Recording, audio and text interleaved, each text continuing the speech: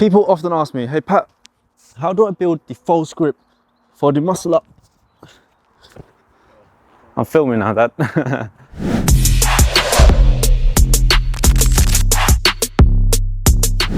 Now with the muscle up, it is not necessary to have a false grip to be able to execute it. But if you want to be able to do the strict muscle up or explosive waist to bar muscle up, you will need a false grip later on down the line. And essentially what that is you're gonna rest your little bone here on the bar. So it's gonna close the range between your shoulders and your wrists. Whereas this is a normal grip, this is a false grip. So we're gonna lock it here and it's gonna allow us to be able to transition up and around the bar much more smoothly in comparison to just having a normal grip and then having to rotate the wrist. It's all about efficiency, and building that grip strength for the false grip is going to be vital later on down the line. So in this video, I'm going to be showing you different exercises that you can use to build up your false grip strength. The first step is always to use chalk. I like to chalk up my hands, okay, because this would then give us a lot of grip, especially someone like myself who gets really sweaty hands. The chalk rubs off very fast, so I use liquid chalk or powdered chalk, and we want to put it especially around the ulnar wrist area so then we can lock in when we do our false grip drills. Starting off with the first exercise, I call this the false grip Australian pull-ups. We're going to be working on the Australian pull-ups holding the false grip. So rest the bone here on the bar at about shoulder width apart with our thumbs wrapped underneath and around the bar. We're going to step forward, extend our arms, extend our legs, push our hips up, squeeze your glutes and core so that way our body is in a straight line. I'm going to drive down into the ground with my elbows touch the chest to the bar, come down, lock my arms out fully. 1, 2, 3.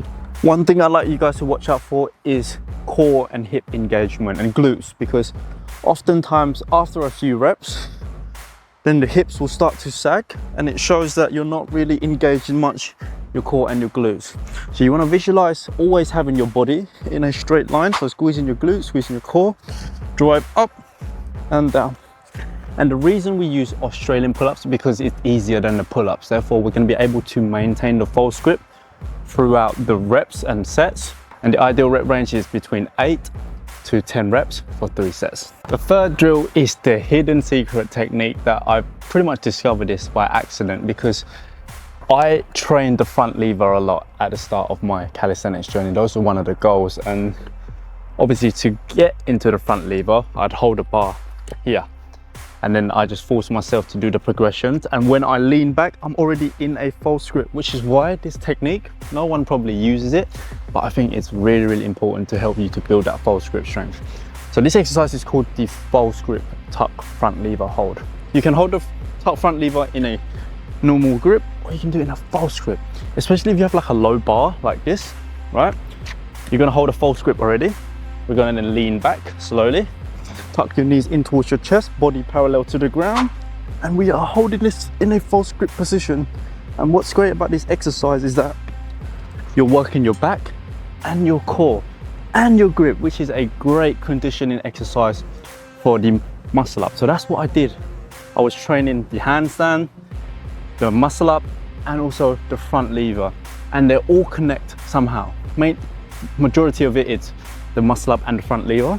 So yeah, used any front lever progression but holding the false grip. So you could be doing the normal tuck, advanced tuck, single leg, straddle, or even full. The world is your oyster. Have fun with it and keep having fun with false gripping. The next exercise drill is called the band assisted false grip pull-ups. We're going to use resistance band to allow us to be able to perform false grip pull-ups and holding it throughout the reps and sets ranges. So I'm going to use a thick resistance band. You can use perhaps a black or a red band. So this one is good. Strap that around, push this through, and I like to place 1 foot in. Some people like to put 2, but it's completely up to you. Now when we jump up, we're going to get into the false grip. So roll the wrist forward and hold this for as long as you can. If you cannot hold this, then it means that the band is too light. And when we do it, we're going to drive, chin clears the bar, come down, locking arms out at the bottom to ensure full range of motion. So Ideally try to hold it for as long as you can. If it's too hard for you to sustain the false grip, then that means you need to pick a thicker band to assist. What might help is that if you have a high bar and you have to jump and then you're going to lose that false grip, it's great to get yourself a stool, a bench or a plyometric box, so then you can, you know, step on top, grab onto the bar in a false grip already, and then perform the pull-ups. The final exercise drill is called the false grip dead hang. So we're going to find ourselves a low bar, and before I get into it, the size of the bar really matters when it comes to holding the false grip. As a general rule of thumb, the thicker the bar, the easier it is to hold the false grip, because you'll have a larger surface area to be able to grip your wrists around, therefore it won't rotate as much. So this parallel is thicker than this one. So whether you're training at the gym, training at the park, opt in for a thicker bar size, just so that you have an easier time holding the false grip, because I'm going to show you the false grip dead hang, and holding it on a thin bar like this is going to be tough. But let's aim for between 8 to 10 seconds for the dead hang, okay? And we're going to find ourselves a low bar first, so then we can really hold the false grip. So remember, this bone on the bar, hold.